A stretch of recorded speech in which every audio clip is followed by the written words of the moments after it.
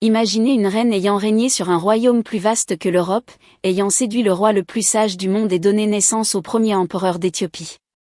Cette reine n'est autre que Makéda, la reine de Saba.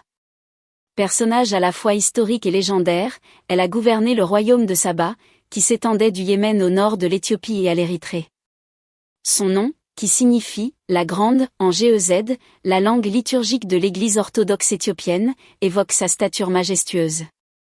Dans cette vidéo, nous allons explorer son parcours fascinant.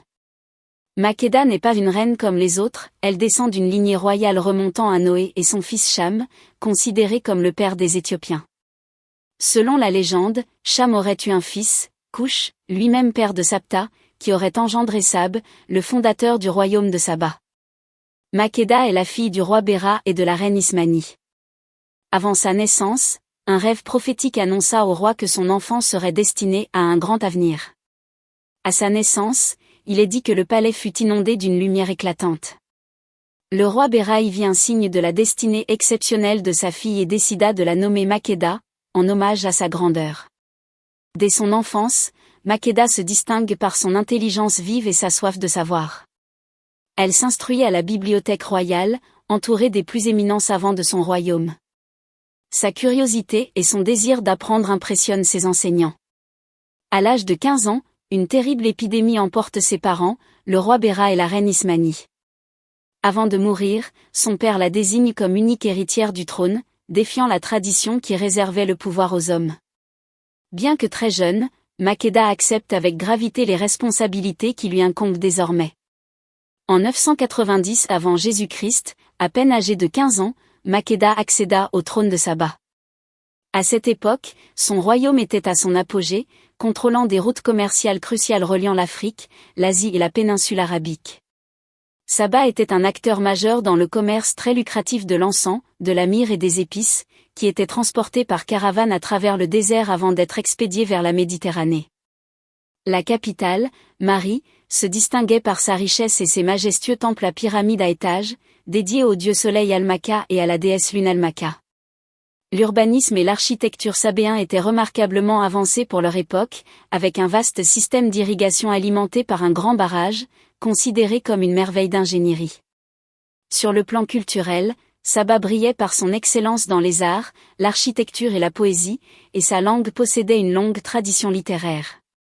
Le royaume entretenait des relations avec l'Égypte, la Nubie, la Grèce et la Mésopotamie, ce qui favorisait un riche échange d'influences. La religion sabéenne se concentrait sur le culte des corps célestes, en particulier le soleil et la lune, chaque cité ayant son dieu tutélaire. Le polythéisme sabéen comprenait de nombreuses divinités associées aux forces de la nature, avec Talmaka, le dieu lune, souvent représenté par un taureau ou un bélier, et Atarsamin, la déesse soleil, symbolisée par une lionne ou une gazelle. C'est donc à la tête de ce royaume prospère et cosmopolite que Makéda commença son règne. Elle était une reine curieuse, avide de connaissances, qui avait entendu parler d'un roi d'une sagesse inégalée, célèbre pour son magnifique temple dédié à son Dieu et son peuple fidèle. Ce roi n'était autre que Salomon, le roi d'Israël. Désireuse de vérifier la véracité de sa réputation, Makéda entreprit un voyage vers Jérusalem, accompagnée d'une caravane chargée de somptueux cadeaux. Après un long trajet à travers le désert, elle arriva enfin à la cour de Salomon. Le roi l'accueillit avec honneur, captivé par sa beauté, son intelligence et sa générosité. Il lui offrit un palais et organisa des festins et des spectacles pour la divertir. Lors de leur première rencontre, une admiration mutuelle s'installa entre eux. Tous deux érudits, ils échangèrent des énigmes et des questions complexes pour tester leur sagacité. Makéda interrogea Salomon sur sa foi et sur le Dieu unique qu'il adorait. Le roi d'Israël lui expliqua les principes du monothéisme hébraïque, suscitant l'intérêt de la reine, alors polythéiste. Salomon, de son côté, lui posa des devinettes ardues. Selon la légende, il lui présenta un bouquet de fleurs de lys naturelles et des fleurs artificielles en métal, lui demandant de distinguer les vraies des fausses. Après réflexion, elle réussit en observant qu'un insecte se posait sur les vraies fleurs. Impressionné par son discernement, Salomon lui offrit de somptueux présents, or, pierres précieuses et animaux exotiques. En retour, Makéda lui offrit une quantité considérable de myrrhe et d'épices, des denrées très recherchées. Après plusieurs jours d'échanges d'idées et de cadeaux, un moment décisif survint, transformant leur relation. Une nuit, Salomon invita Makeda à dîner dans son palais, où il avait préparé un parfum exquis et des mets épicés. Suite au repas, il l'emmena dans une antichambre où un lit à baldaquin, entouré d'un voile léger, avait été installé. Éprouvé par le copieux dîner, Makeda s'assoupit sur le lit. Salomon leva doucement le voile et s'allongea à ses côtés. Au matin, il était parti, et Makeda découvrit qu'elle était enceinte. De retour à Saba après plusieurs mois, Makeda donna naissance à un fils qu'elle nomma Ménélik. L'enfant montra dès son jeune âge une intelligence remarquable, héritée de ses parents illustres. Plus tard, il se rendit à Jérusalem pour retrouver son père, Salomon.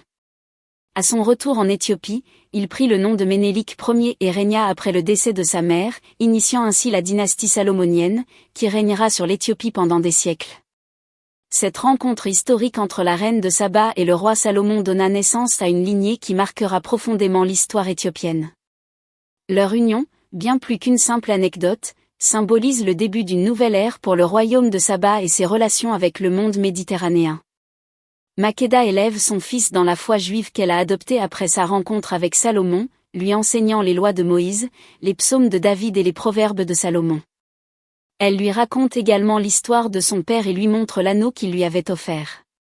Ménélik grandit en beauté, intelligence et bravoure, ressemblant à son père tant physiquement que mentalement. Désireux de connaître ses origines, il aspire à rencontrer Salomon. À l'âge de 22 ans, il prend la décision de se rendre à Jérusalem à sa recherche.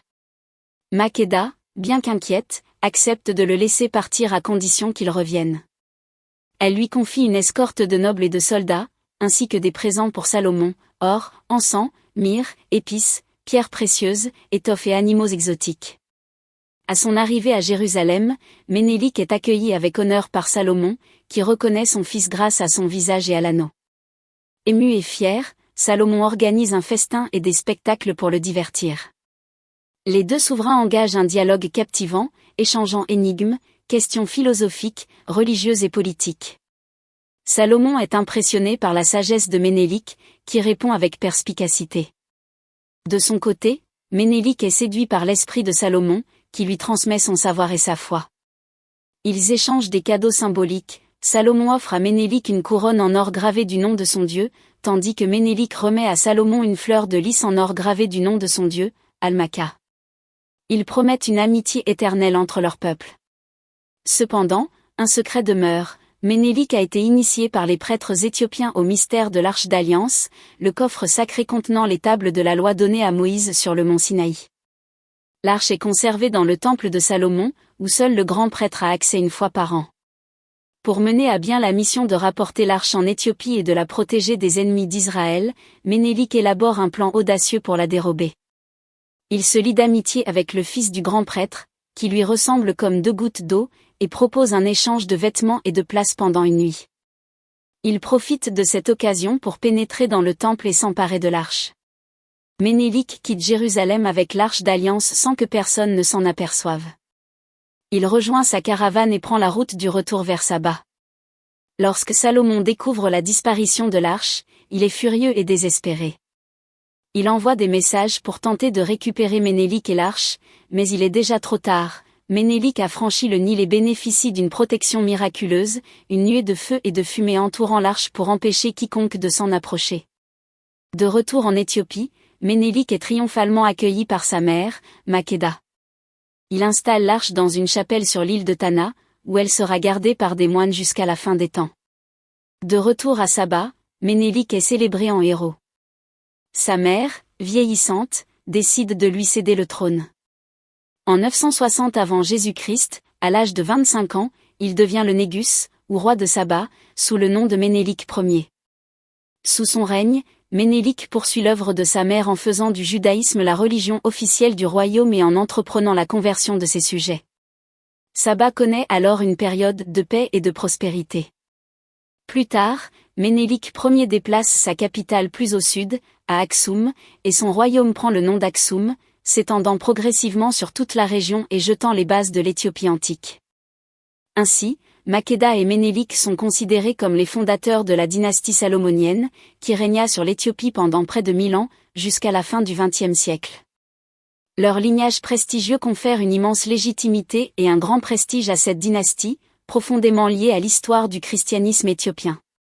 Grâce à Makeda et à Ménélik, les liens établis avec Israël et le judaïsme ouvrent la voie à l'introduction du christianisme en Éthiopie au IVe siècle.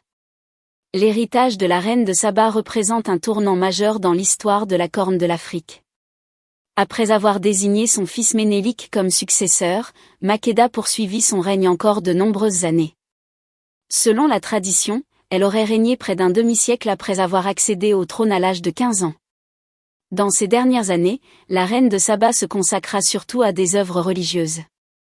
Marquée par sa rencontre avec le roi Salomon et son enseignement, elle fit construire de nombreux temples dédiés au Dieu unique d'Israël. Elle souhaitait également laisser des édifices grandioses pour la postérité, à l'image des grands pharaons bâtisseurs d'Égypte, et entreprit ainsi l'édification de plusieurs palais, dont le prestigieux palais de Ma. Sous le règne de Makeda, le commerce prospéra grâce à la consolidation des routes caravanières, facilitant le négoce de l'encens et des épices. Saba connut une période de richesse économique et culturelle sous son autorité. Cependant, les dernières années de son règne furent assombries par un conflit avec le royaume d'Inyar, au nord-ouest de Saba, qui mena à une guerre pour le contrôle des routes commerciales. Finalement, Makeda signa un traité de paix avec le roi Émiaritz, mettant fin aux hostilités. Peu après, elle s'éteignit, marquant la fin d'un règne qui dura près de 50 ans. Les récits sur la date et le lieu de sa mort varient selon la tradition. Certains historiens situent son décès vers 960 avant Jésus-Christ au Yémen, berceau du royaume de Saba, tandis que la tradition éthiopienne affirme qu'elle est morte vers 700 avant Jésus-Christ dans la région du Tigré, après avoir abdiqué en faveur de Ménélik. Quoi qu'il en soit, même si les détails historiques restent flous, l'héritage extraordinaire de Makeda et les récits qui l'entourent continuent de perdurer à travers les âges. Elle est aujourd'hui vénérée comme une sainte par les chrétiens orthodoxes, et de nombreux lieux portent son nom, préservant ainsi sa mémoire. Au-delà de l'Éthiopie, Makeda est devenue un symbole universel de sagesse, de beauté et de pouvoir féminin. Son histoire fascinante a traversé les siècles, captivant l'imagination bien au-delà de son royaume de Saba. Elle incarne l'idée qu'une femme peut occuper les plus hautes responsabilités et ouvrir son peuple à de nouveaux horizons spirituels. En raison de ses qualités exceptionnelles, la reine de Saba reste une figure légendaire intemporelle. Son courage et sa soif de connaissance illustrent des valeurs universelles. Makeda nous rappelle que l'ouverture aux autres cultures peut être une source d'enrichissement mutuel. Son incroyable histoire continue de résonner avec l'humanité, laissant un héritage culturel et spirituel vivant aujourd'hui. En Éthiopie et à travers le monde, elle est reconnue comme la mère de la dynastie salomonienne, qui régna sur l'Éthiopie jusqu'au XXe siècle. L'Église orthodoxe éthiopienne célèbre sa fête le 9 novembre, témoignant de son statut de sainte. Makeda est admirée comme une figure emblématique de l'histoire africaine, symbolisant puissance, sagesse et foi. Son récit est une source d'inspiration pour la civilisation africaine, illustrant la richesse et la grandeur d'une histoire ancienne. Elle démontre également que l'Afrique a été un berceau de sagesse, de culture et de foi ayant influencé le monde entier, tout en étant un lieu d'échange et de coexistence respectueuse entre diverses cultures et religions. Makeda, la reine de Saba, représente un modèle de puissance, d'intelligence et de tolérance, pouvant inspirer les Africains d'aujourd'hui et de demain. Que nous apprend la vie de cette reine ? Son parcours nous offre plusieurs leçons pertinentes pour notre époque. Voici quelques exemples. Elle souligne l'importance de la curiosité et de l'apprentissage. Makeda a entrepris un voyage à travers le monde pour rencontrer Salomon, dont elle a tiré sagesse et foi. En enrichissant sa culture et son esprit, elle a également partagé son savoir avec son peuple. Son exemple nous encourage à explorer de nouvelles idées, à élargir nos horizons et à dialoguer avec les autres. Elle enseigne la tolérance et le respect. Makeda a su dialoguer avec Salomon, malgré leurs différences religieuses et culturelles. Elle a apprécié ses qualités sans renier ses origines, coexistant avec d'autres croyances sans imposer la sienne. Son attitude nous incite à embrasser la diversité, à reconnaître la valeur de chacun et à vivre en harmonie avec autrui. Elle met en avant la puissance et la générosité. Makeda a dirigé un royaume prospère et respecté par d'autres civilisations. Elle a su gérer ses ressources avec sagesse et justice, tout en faisant preuve de générosité envers Salomon et son peuple. En protégeant son héritage sans le gaspiller, elle nous inspire à utiliser nos talents et nos richesses pour le bien commun, à partager avec autrui et à préserver notre patrimoine.